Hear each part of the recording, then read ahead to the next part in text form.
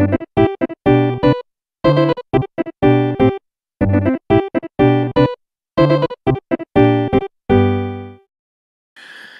what's up guys? KaijuLou here of the Super Game Strikers podcast, the official podcast of Game Strikers.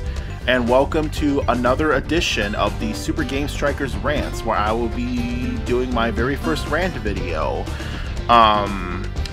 Sorry if I feel nasally or a little off throughout this rant. I've been a little under the weather, some allergies, but what can you do? Springtime allergy season, at least for me, so yay.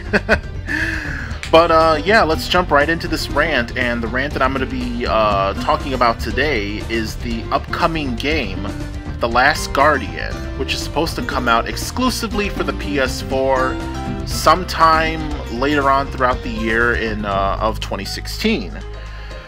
So yeah, I'm really looking forward to next month. Next month is E3, as many of you may know, and at E3, I'm sure that Sony is definitely going to be presenting this game or showing a trailer for it or having a segment about it, because especially if it's a new upcoming game coming out, probably sometime during the fall or late year of 2016, and so if it is coming out, I'm sure that it'll have a mention in E3. And besides, this is a big game, at least for long time Team Ico fans. This is a big game, a very, very long awaited game, a very delayed game, and as we all know, this game was first announced back in E3, I think of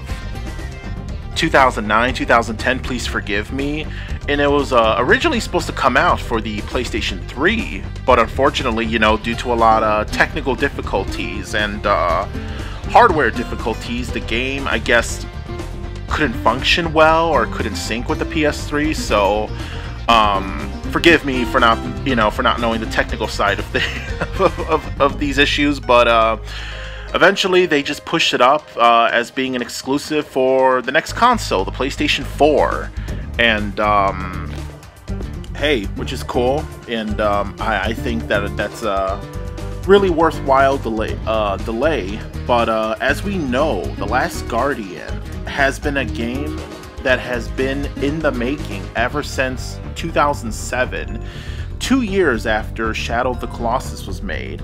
And as we all know,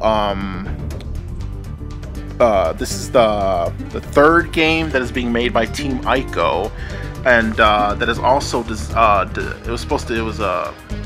sorry guys, designed and directed by Fumito Ueda, who also made such classic and timeless titles, and also one of my personal favorite games of all time, Ico and Shadow of the Colossus, which both came out for the PlayStation 2, which later on also had a co-release where both games were put together in an HD collection for the PS3, which was called the Ico and Shadow of the Colossus HD Collection. So, and you guys can still find that around, still find it anywhere, and for real cheap, you could probably find it about 20 bucks, 15 bucks even, but yeah, if you guys are really curious about that, please check it out by all means. I have a copy of it myself, and the PS3 did not disappoint in bringing these games together in one set. So yeah. And as we know, Team Ico, this game has been developed by The Last Guardian, has been developed by Gen Design and has been published by Sony. In Japan, The Last Guardian is known as Trico, the man-eating ego, and as far as we all know, the main gist of the story is very, very similar to Ico, the very first game of the series. And not that any of these games are related to each other. They could be related to each other. They could not. I feel like these types of games are really up to our own interpretation. some people could connect the dots on things. Other people, you know, these are their own standalone stories that take place in different times. Who knows? Who knows? And but the story is pretty much you play a boy, a young boy, who is trapped inside this type of, I guess, abandoned fortress type castle type deal, and the boy is being pursued by these guards and soldiers due to these unknown circumstances. None of us know why. And along the way, the boy meets and befriends a giant creature who happens to be named Trico. And this creature is pretty much a half bird, a type of ego, half bird, half dog, half cat hybrid. So kind of looks like a griffin from ancient mythology. It really does resemble a griffin, but I also find the name really fitting because Trico, tri, you know, resemble means three. So it's a creature made out of, I don't know, three halves, three breeds, you can say. But apparently too, I also, you know, when I've done my reading about this game over the years, I heard that Trico apparently supposed to mean prisoner bird. It's another name for it in Japanese. I'm not too sure about that, but another interesting thing. But man, it's the game was also announced again. Besides being first announced, it was supposedly come out for the PS3 back in 09 and 010 at that E3. It finally got re-announced again a couple of years after that, I believe at the 2011 E3, that it was supposed to come out, but then it got delayed again due to other problems. I don't know if that time, but it was heard that several members of Team Ico, a lot of the original members, including Fumito Ueda, they were going to leave Team Ico, and I don't know why, but they were still able to finish the game Last Guardian, but they had different people step in, and Ueda and several original Team Ico members, they still stayed around and acted as consultants for the game.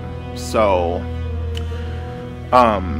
yeah, I don't know what the deal with that was, but all that matters is that I'm just glad that, you know, they're able to get the game done, and it wasn't just, you know, scrapped or just canceled in between, because that would have been a, you know, huge kick in the nuts, because people have waited so long for this game. I have waited probably almost 10 years for this game, and see, my relationship with this series is that the first game I've played out of this series is the second installment, which was Shadow of the Colossus. And Shadow of the Colossus first came out in 2005. It was big game, one of the great, probably hands down.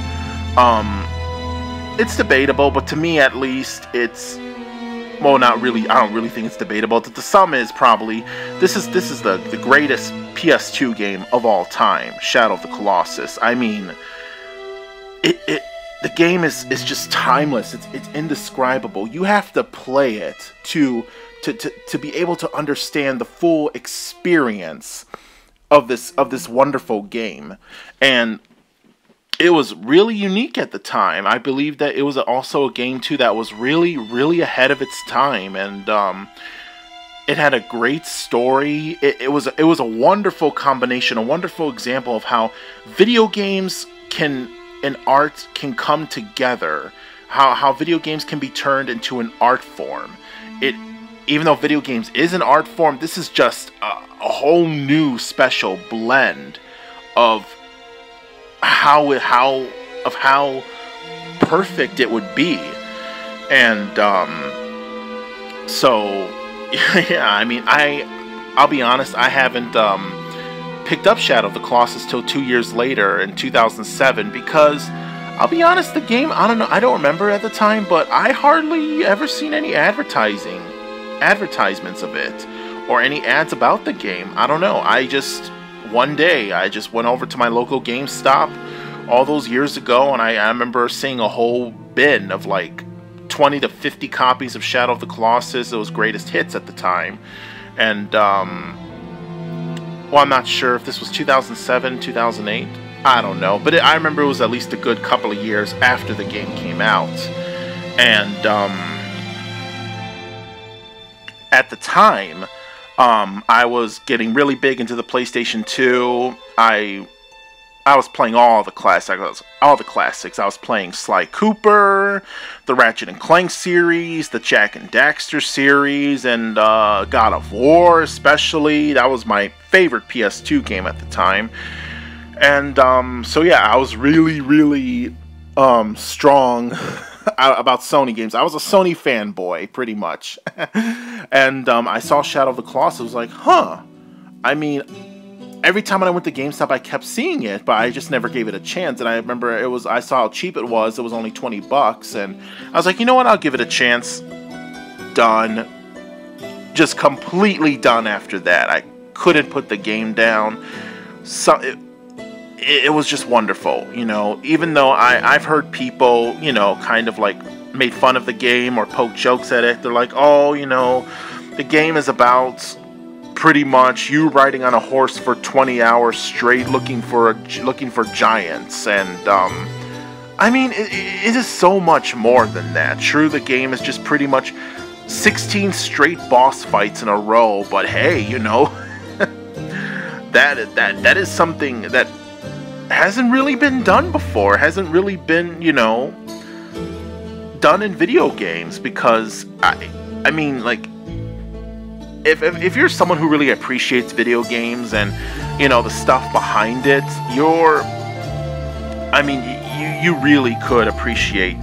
This is something that you would really appreciate. I mean, look at the landscapes, look at the mountains, look at the water, and the traveling you have to go through, you know. The traveling is another challenge. You have to, like, find your way, and your sword is, as another joke too, your sword is your pretty much source of Google Maps. Is your sword lights the way through magic to be able to find all these giants.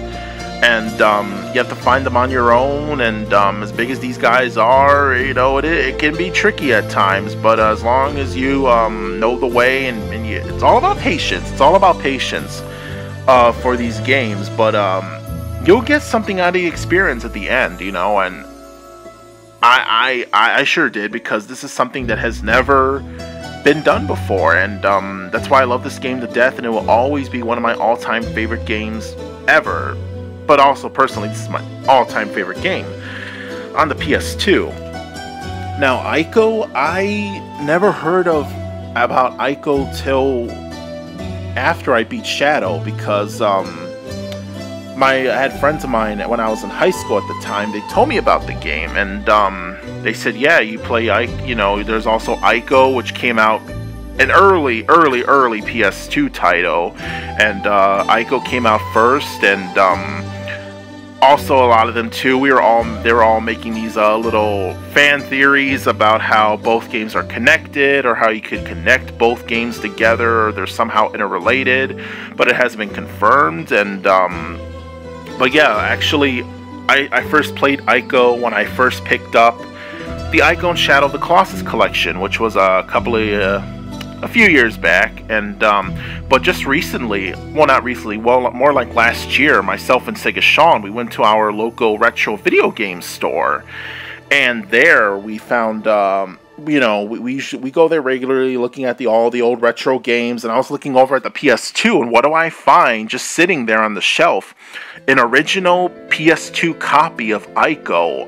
I have never seen one physically before. They're usually a lot of money online, which is how I never got them online yet.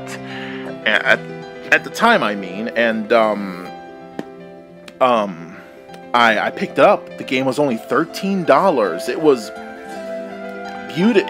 The game was practically new. The case was in great condition.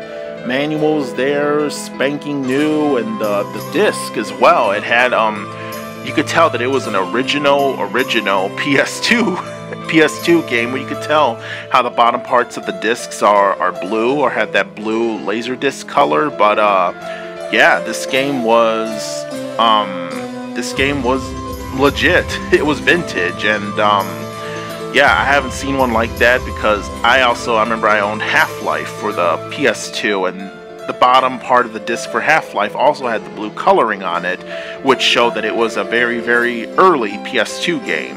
And that's how the games came out. Just like how the PS1 back in the day, when the cases came out, they were more like VHS type cases before they became CD cases. And I remember about a month ago, I found the original Resident Evil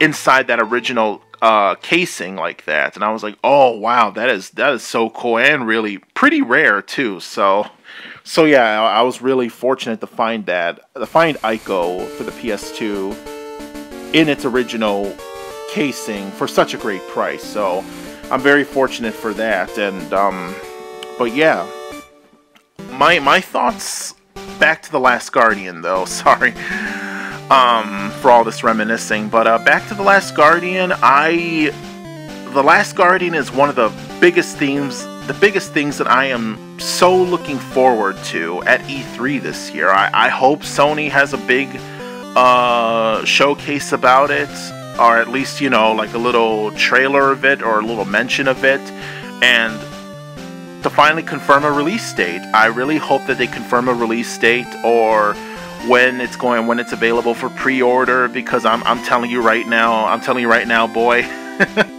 I am going to pre-order that thing day one.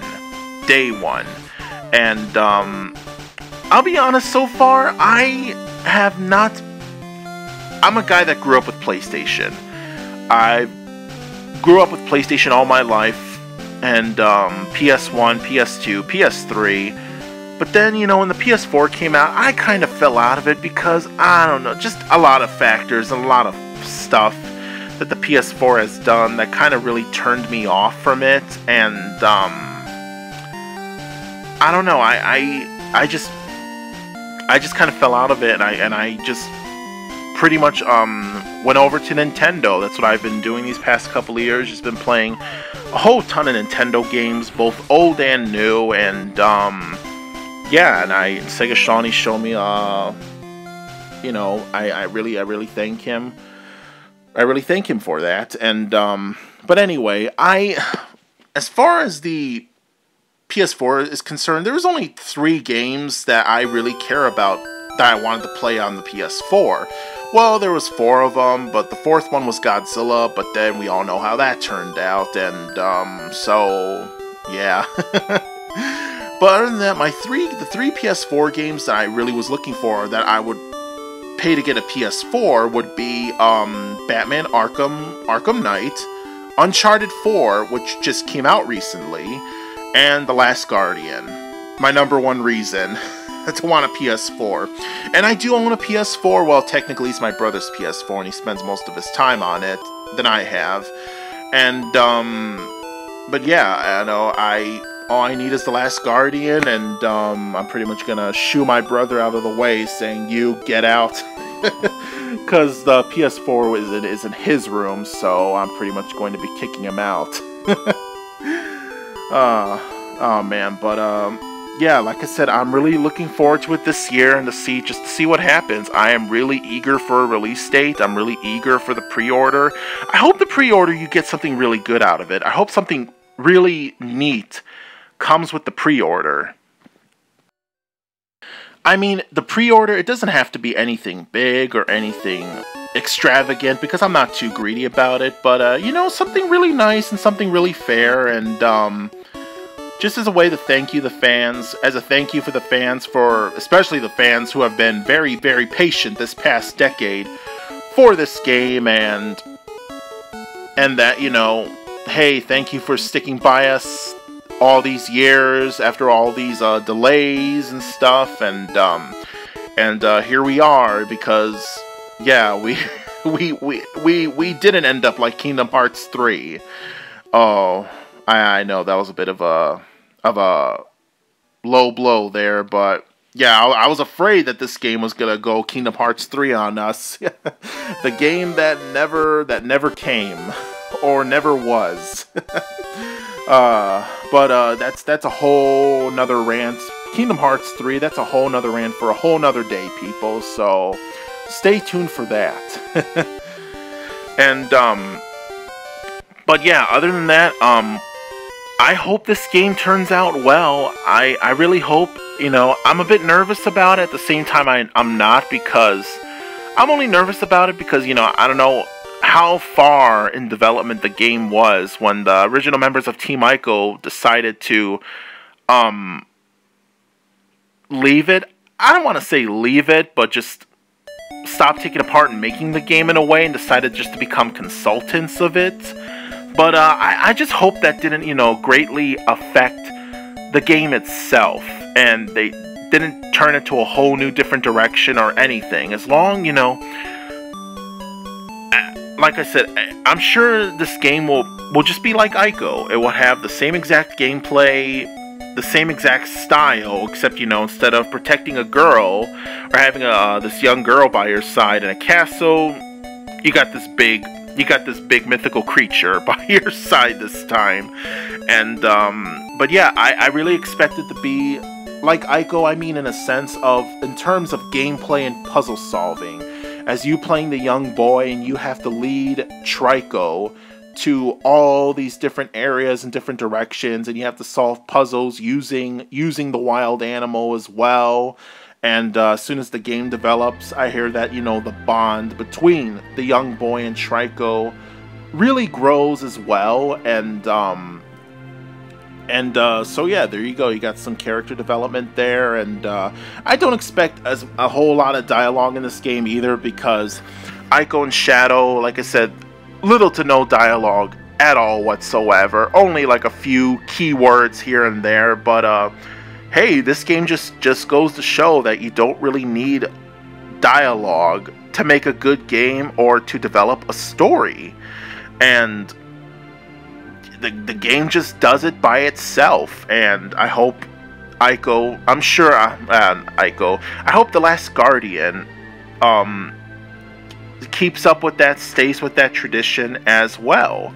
And but yeah, there's gonna be the puzzle solving, and I guess the main enemies in the game are the soldiers who are hunting down both characters. And you know, like I said, in Ico, you had like these shadowy ghost figures who are after Ico and the girl as well. And but in Shadow, we're gonna have these soldiers who are gonna hunt down both the boy and the creature as well. Other than that, I don't know. There's not really much to say. We can all just pretty much hope for the best. And I mean, deep down inside, I think this game's gonna do well. I think this game's gonna be a big hit. And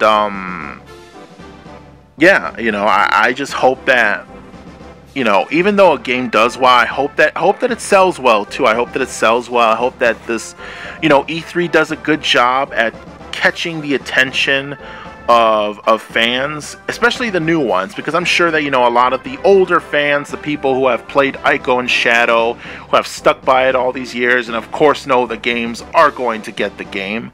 But, you know, the new fans as well, the newcomers who have probably first started playing it on the, you know, started playing on PS3 or even PS4 even, you know, I hope this game really, Sony does a good job at attracting those new fans as well, because even though a game could be as good as it is, it sometimes doesn't sell well, unfortunately, you know, and that's just a really sad thing. And these games eventually turn into hidden gems on consoles, and I know a whole bunch of games who have had this problem where it's such a good game but doesn't sell well and eventually become hidden gems, and it's not really discovered to years down the line. But I don't know. I really don't think that it'll end up being this case for The Last Guardian, because it's been talked about for so long. It's been mentioned about in articles and online, and yeah. So I'm sure it's gonna have this huge fan base, this huge base of people who are really looking forward to purchasing this game. And I know I am. Well, that's because, you know, I've been a long-time fan of this and of Team Ico, and I really can't wait to get this game. This is probably going to be, for me at least, the most highly anticipated game of 2016. Sorry about that, Uncharted 4, even though I love you too. But yeah, can't wait to play it. Maybe sometime in the future, as soon as the game is released. Super Game Strikers Podcast, we will do a video game review of the game as part of our additional content, just like our rant videos and just like our other future videos. But bottom line, can't wait for The Last Guardian, and thank you so much, Team Ico, for all of you done over the years, and to show that video games and art can be mixed together really well, and that, you know, for giving us timeless classics, timeless stories, and really expanded our gameplay and our video game animation for years to come. This is KaijuLou, and other than that, please like, comment, share, and subscribe to the Super Game Strikers Podcast, the official podcast of Game Strikers. This is KaijuLou. Stay tuned, guys, for more future content and future podcasts. Take care, guys.